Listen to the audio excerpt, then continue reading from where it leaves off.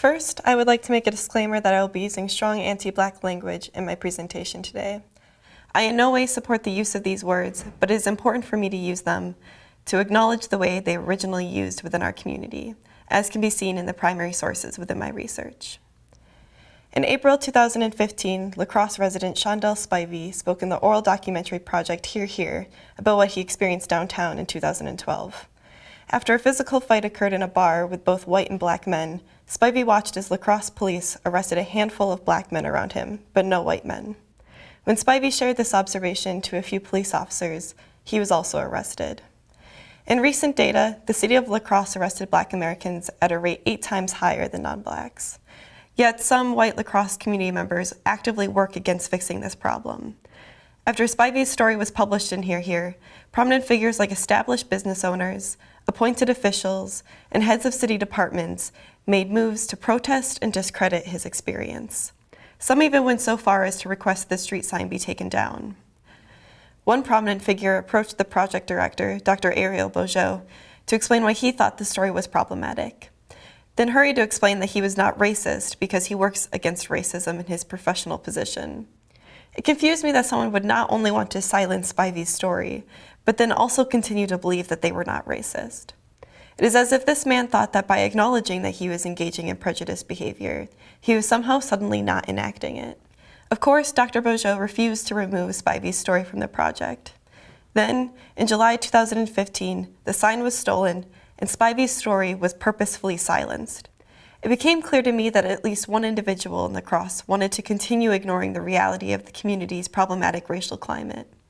My question became, what has happened in La Crosse's history to create this present-day attitude and behavior?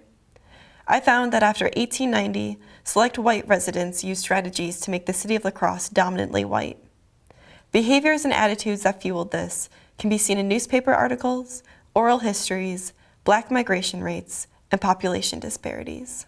What Spivey's story and the community's reaction to it evidences is that there are lasting effects, which make this historic narrative a problem today for Black Americans. In looking at anti-Black racism in La Crosse, the state of Wisconsin, and the Midwest, many communities share similar historic narratives to La Crosse. In certain communities, it is evident that groups of white residents purposefully work to keep their towns and cities primarily white. These are called Sundown towns. Sundown towns were and are communities that purposefully stayed all white, by not allowing African Americans to settle in them. Some of these communities can be identified by signs that were posted at city limits. However, many Sundown towns didn't have these signs and were still just as exclusionary to African Americans. Sociologist James Loewen is the lead researcher of these communities. Loewen examines sundown towns all over the U.S. However, he points out that there are very few in the traditional South. Many sundown towns were and are in the Midwest, and many are undiscovered in Wisconsin. White residents in sundown towns used various strategies to keep their communities all white. Many sundown towns were created through 1, violence, 2, the threat of violence, 3, ordinances, 4, by developing new suburbs, or 5, in freeze-outs. It is through this 5th strategy that I found La Crosse purposefully made itself dominantly white. Nothing I have found in my research evidences that the community explicitly defined itself as a sundown town, as some communities did. However, there were many instances of racist and discriminatory attitudes and behaviors enacted against Black Americans that can nonetheless make La Crosse considered a sundown town. To name a few, there were petitions signed to remove Black soldiers from a local military base after World War I, segregation signs posted downtown in the 1920s, a local Ku Klux Klan group, service refused at stores, and derogatory language used in newspapers and nicknames for parks and landmarks. It is also important to look at Black migration to and from La Crosse, as well as population disparities. Historian Bruce Mauser describes the early settling years of Black American migration to La Crosse. He says, if there were opportunities in La Crosse for white settlers in the antebellum period, there were also attractions and opportunities for African Americans. Most of them came as freemen from New England and the Central States, or as runaways. Between 1852 and 1906, La Crosse was on average 1 to 2% Black. However, between 1900 and 1905, over 3,000 jobs were lost in La Crosse due to the lumber industry collapse. This caused a chain reaction and economic turmoil in La Crosse. By the 1910 census, the black population was at 0.002%. 70 years later, in 1980, La Crosse was 99% white, 0.003% black, and reported to be the fifth whitest metropolitan area in the nation. The black population remained under 1% of the total population until the 2000 census. White residents of La Crosse, unfamiliar with diversity beyond Euro-American backgrounds, encouraged the small population of Black Americans to remain small by discriminating against people of color and directly enacting practices to keep La Crosse white. We see this through various examples. One instance I found is in an oral history that was recorded in 1975. This is a quote from local resident Archie Curry while he expressed his views of big industry in the city. He mentioned that the people he had talked to did not want big industry outside of Train. When IBM was interested in La Crosse, he remembers people said things like, quote, "Oh, we wouldn't want something that big back in this town. If we get too many industries in this town, then will move in," unquote. Curry ended with, they couldn't even be polite enough to use the word Negro or Black. I've heard a lot of different rundowns against ethnic groups. What Curry shared here illustrates the reality of what he observed among white working class residents.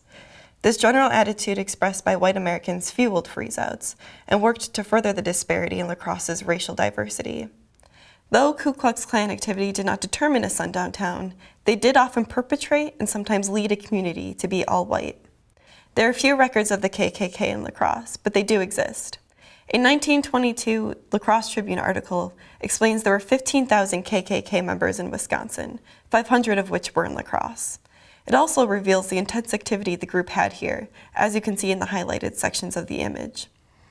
At the time, La Crosse had about 30,000 people, which perhaps makes the number 500 seem less powerful. However, the 1920 census lists about 40 Black Americans, which means if this article was accurate, there were 12 KKK members for every African American living in La Crosse. This was a majority that could undoubtedly use their power as they pleased, although I have found no primary sources that give the examples of this occurring. The La Crosse area also had many instances of newspapers and public landmarks using derogatory language when it came to naming or reporting about African Americans. One prominent African American in the area, Nathan Smith, lived on a farm near West Salem. His farm was widely known as Hill and was referred to this way in newspapers. By using and defending themselves using this derogatory language in such a public forum, local newspapers created an unwelcoming environment for African Americans and set an example that encouraged white Americans to continue using such anti-Black language. It was this kind of behavior that contributed to La Crosse's freeze-out. James Lowen argues that although some sundown towns began changing in the 1970s and the 1980s, others still had their signs posted at city limits that proclaimed their community as a sundown town well into the 1990s. This means these communities today are still directly impacted by these recent methods of discrimination used to keep them white. And because there were so many sundown towns throughout the nation, a majority of Americans either grew up in these communities, near these communities, or are directly impacted and surrounded by people who did. This recent historic narrative directly impacts the racial climate in La Crosse today. We can see this not only with Spivey's Hear Hear story and the city's Black arrest rates, but also in UWL hate incidents where white students draw an African American being lynched on a dorm whiteboard, and white students support the display of a Confederate flag as a freedom of speech. It is also seen in the community with 2016 La Crosse Tribune articles, in which people leave racist and unwelcoming comments to people of color. My declaration of La Crosse as a sundown town, however, is not one of pure hopelessness. Rather, it brings an opportunity to the La Crosse community to have a discussion about its unexceptional history, take action, and move forward to be a community with equity, a community for its own people.